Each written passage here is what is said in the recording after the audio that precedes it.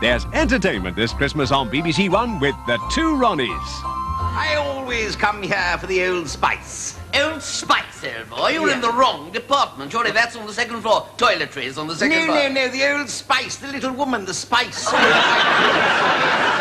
Does thou believe in reincarnation? Well, it's all right on fruit salad, but it's all right.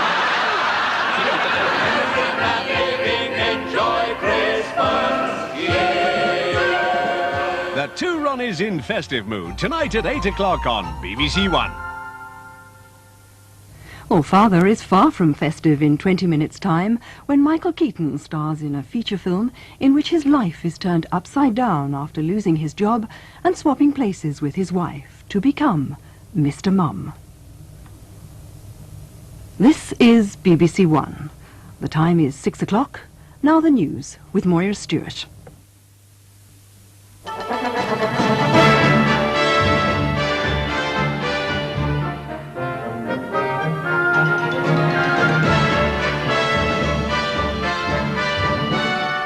Stranded Christmas Eve at sea for 300 ferry passengers. A French hostage has been released in Lebanon.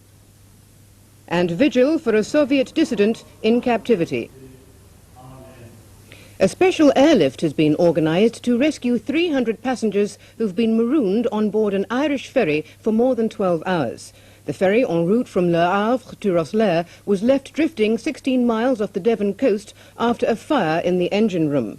She's being towed into Plymouth tonight, and her owners have chartered a jumbo jet to fly the passengers home. They hope to take off from St Morgan in Cornwall tomorrow and arrive in Ireland in time for Christmas lunch. A fractured oil pipe caused the fire in the St Killian's engine room. Oil spurted onto hot machinery and burst into flames. The crew failed to control the blaze with fire extinguishers, and the engine room had to be evacuated and flooded with firefighting gas, which finally quenched the flames. During the blaze, sleeping passengers were woken up and put on alert. Well, with all fires there's a certain amount of danger, but once we had the fire contained there was no danger at all. We mustered the passengers to the public areas just in case there might have been some fumes coming from the fire into the accommodation, and we took that precaution.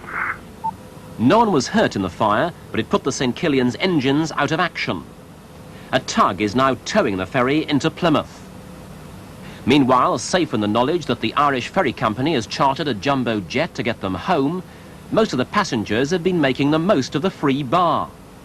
But would the 30 children on board miss Santa Claus tonight? Hopefully not. I have been informed by our catering department in Dublin that they hope to have Santa Claus in Plymouth this evening or tonight when we arrive. The St Killian is due in Plymouth late tonight, and the passengers will be flown back to the Irish Republic on Christmas morning. One of the French hostages in Lebanon has been freed. His kidnappers, a group known as the Revolutionary Justice Organization, said it was a gesture of goodwill for Christmas.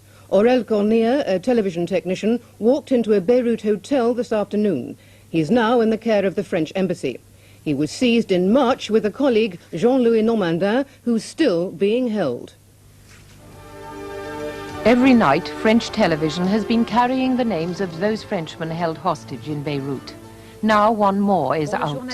Said to be a gesture of Christmas goodwill, this seems unlikely in an obscure group of pro-Iranian Shiites.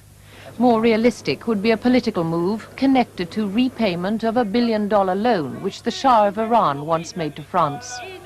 French officials returned to Paris from Tehran this morning. Aurel Cornea, a television sound recordist, was kidnapped in March along with 3 of his colleagues. 2 were released in June.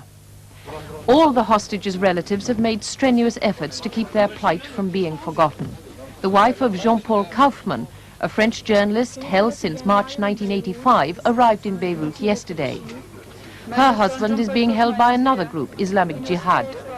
He's been seen once on a videotape, and the journalist kidnapped with him has probably been killed by the group. Others remain, Americans and an Irishman and 2 Britons. The mother of John McCarthy, a British journalist with Worldwide TV News, has made an appeal yet again for her son's release.